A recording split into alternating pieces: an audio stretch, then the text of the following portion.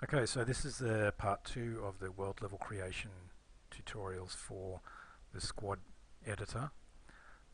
We've got our terrain in, we've got it materialed, and we've done a little bit of modifying of the actual terrain to get an actual beach and to smooth off some of the otherwise lumpy jagginess that you see here. We've got it smoothed off a bit, so there's still a bit of texture to it, but it's not silly.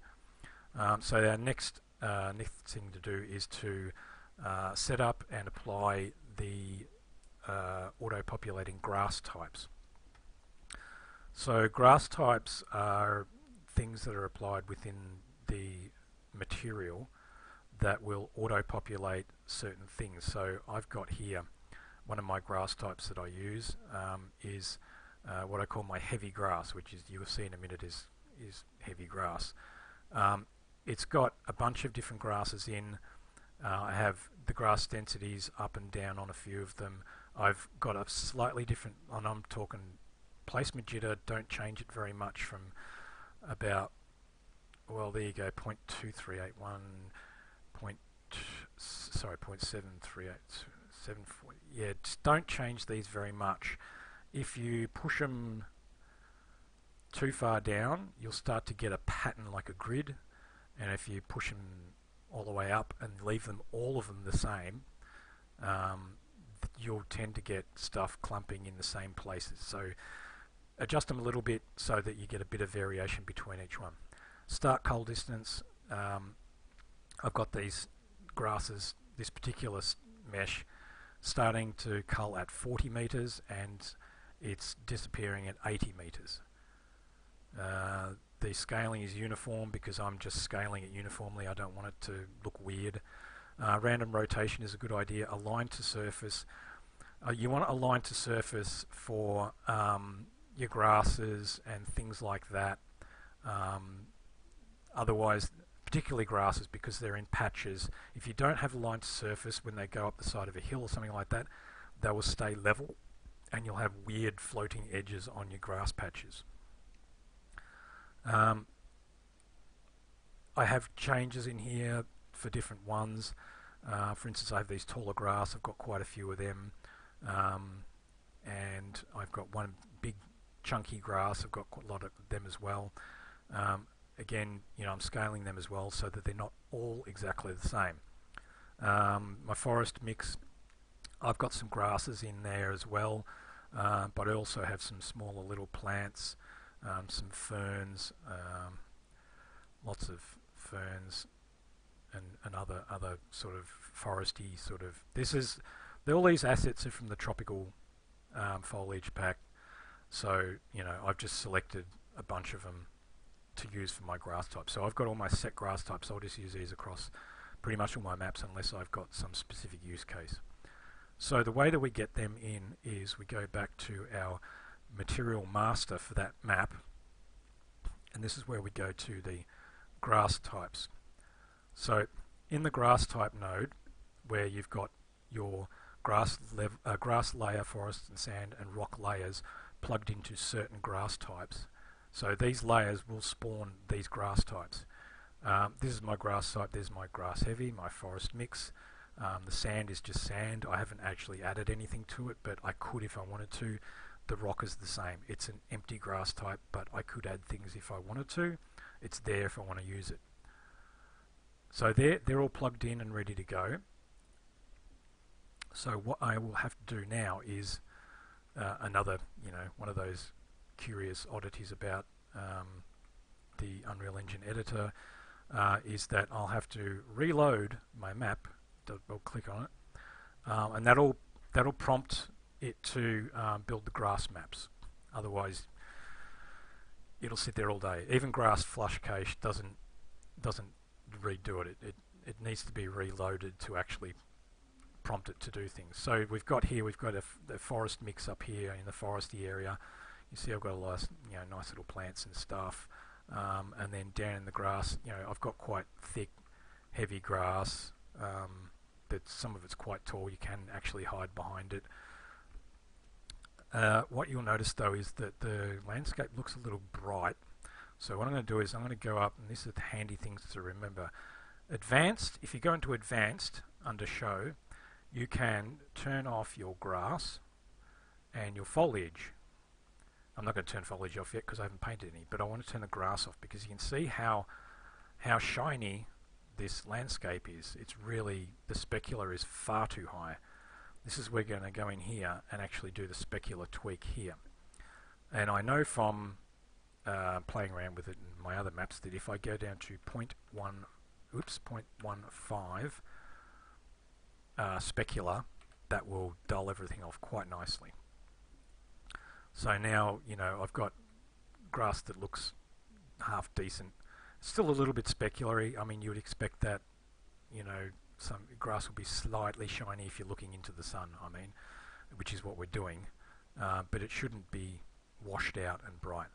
I'll go back to Show, Advanced, and Grass, and turn the grass back on. And now you can see that it looks much better. It's not horrible and washed out. It actually looks pretty good. So that's grass population.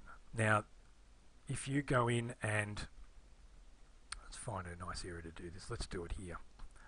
If you go into your modes and landscape, and then go into landscape paint, and you make sure you're in paint.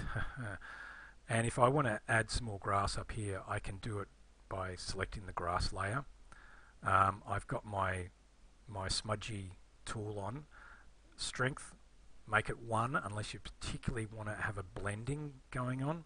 They'll blend slightly at the edges anyway, and this, by default, this mask that I'm using to paint with will tend to blend a little bit too, but you want to definitively paint out what's underneath, unless of course you don't want to do that, but most cases you will. We can paint in here, okay, and then when we let go, it'll then auto-populate whatever grass type you've got set for it into that area. So that's the whole beauty of grass types. The other thing with grass types is that you can fix up these little spots of odd sand that are floating around. The other thing with grass types is you can populate it with anything you want. If you go into a grass type and make, I'll make another grass type. It's in Foliage, landscape grass type. If I make that a grass type and I'll make that house, okay, I'm going to, I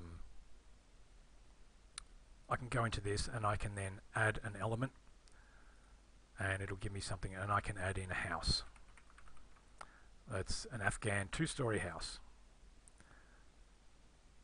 Now, that's 400, it's going to be way too much. I'm going to just do 1.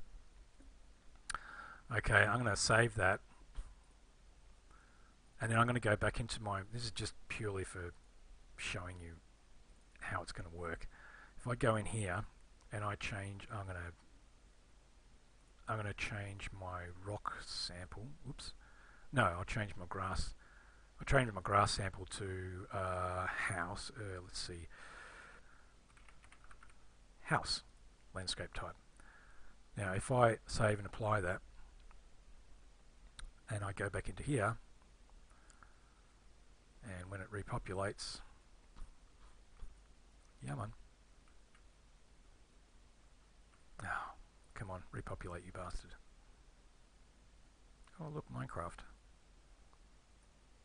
No, it's going to force me to reload the level again. Sometimes you have to do this. It can be highly annoying. And then look, we've got 2-story Afghan houses as our grass now. So you can literally do it with whatever you want. You know, it's that easy. Go back in here and change this back to JO grass.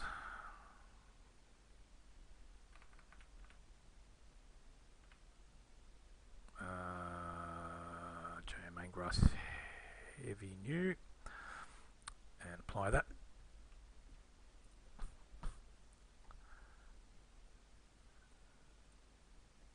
And then reload the level again. Oh my god. So flaky sometimes. Alright, and now we're back to our grass. Now you can do exactly the same with your Oh, actually, this is a different one. I forgot about this one. I've got two main heavy grass types. You can do this with the foliage painting as well, which is what we'll get into next. So that's grass types now. That's all your automatically generated stuff that you're putting on the ground. And again, like in the forest, I could put sticks and logs and stuff in as part of the grass type, so it all auto-populated. That can get a bit finicky sometimes, because sometimes logs look out of place if there's just too many of them floating around, and it can be very hard to get the density right, all that sort of stuff. But yeah, go for it. It's entirely up to you. Okay, so the next thing we're going to do is foliage painting. So for that we need to go into the foliage, and in the foliage painting area we got these foliage types. So I have some foliage types here which I've made myself, these are old hangover ones from earlier before I got the jungle pack. And when I downloaded the jungle pack, it came with a whole bunch of stuff, including a whole bunch of foliage types.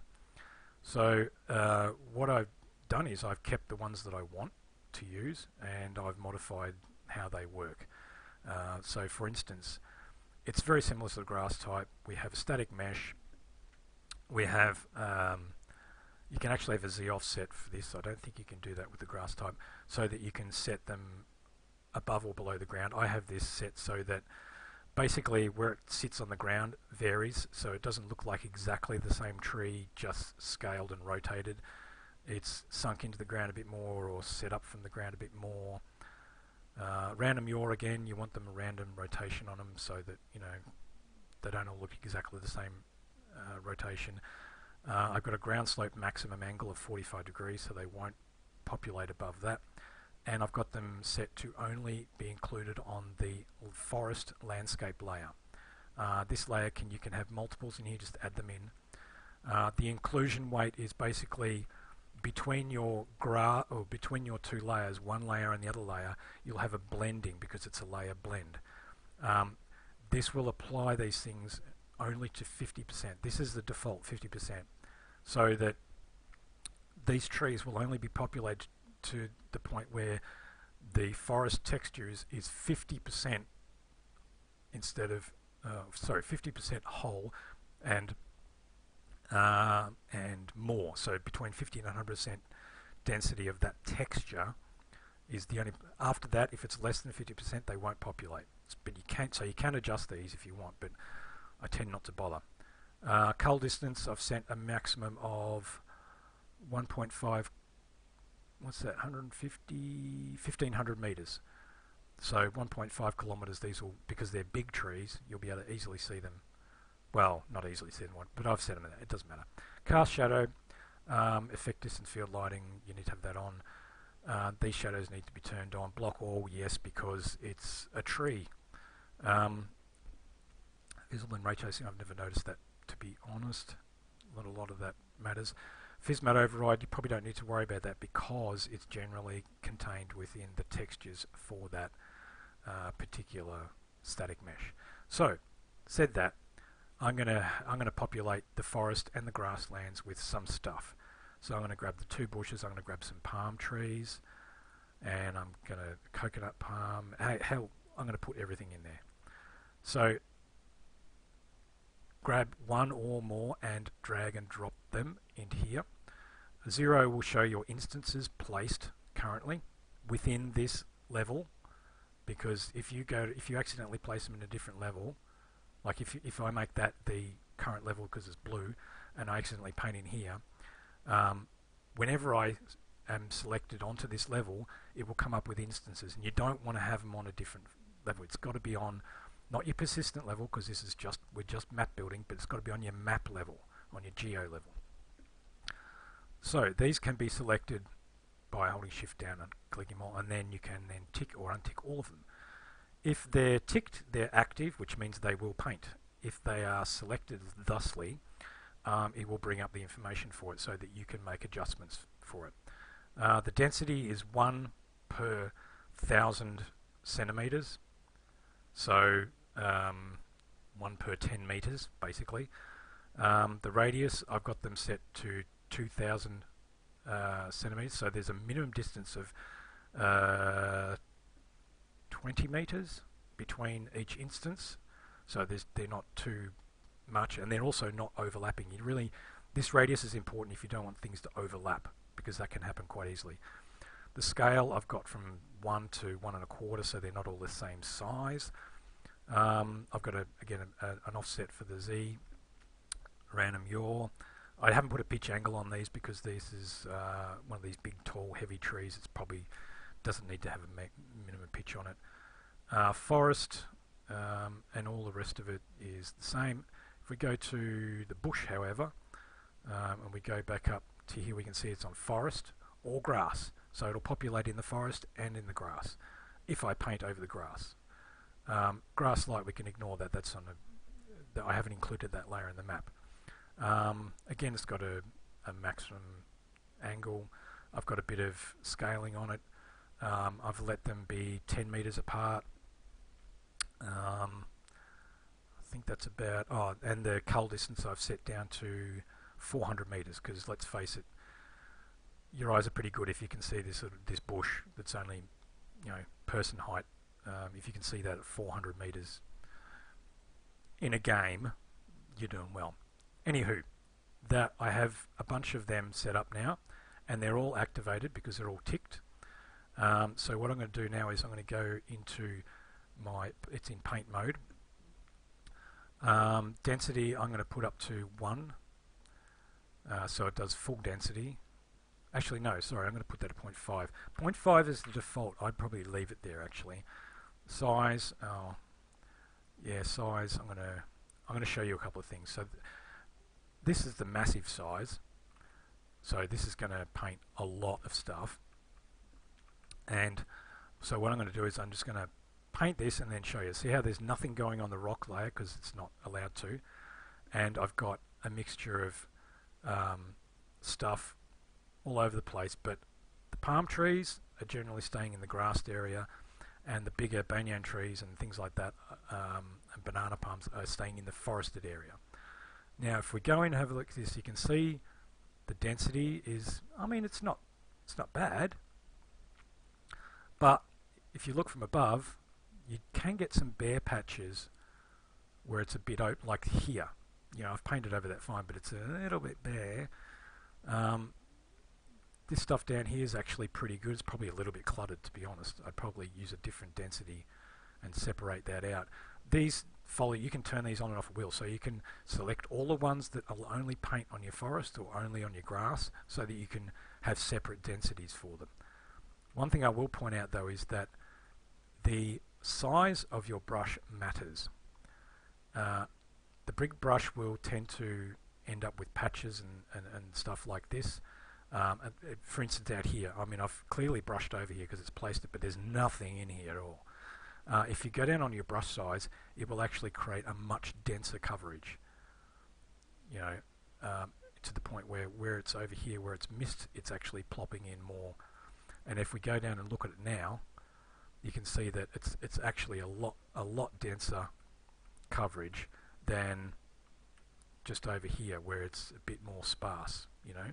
So that can be handy if you want to have little areas that you want to get really thick and full of trees. You could do that. If you go down with your density to, let's say that even with a tight brush, you'll end up with a not so dense. It's kind of tricky. Like this is what we're looking at here over here, and with the same size brush we're looking at this. So it's quite variable, and it can get a little bit tricky to get used to. I would advise that you basically just try it for yourself and see what happens. Go with the big brush to do all of your major coverage like that, and see what happens. I've also got the palm trees all paint on sand, so there's that. I can easily delete them though. If you bring your brush size down and you hit hold shift down, you can then delete instances. So if you've got any in water and stuff like that, or where they shouldn't be, you can just paint them out again. But basically you'll get a nice, nice coverage. See, we've got some stuff down here we don't want. We've got some nice overhanging ones there, yeah. And then go in with your smaller brush and paint up some more density like this. You see how it's adding in more. If I bring that density down even more, you can really start to pile them on. It might get a bit silly, but that's what you might want for a particular part of your map. So that's the foliage painting tool. And another thing too is if we go back into the landscape and select our grass, and we paint some grass. I'll up the radius a little bit, and we paint some grass. You can then also adjust where stuff is, I think, from memory. Or you can, no, that's right, you can add in some grass if you want your some of your forested bits to actually have a bit more grass. You can just do that on top. It'll automatically adjust the auto-populating stuff, but whatever you've painted by hand won't change. To do that, go back into foliage.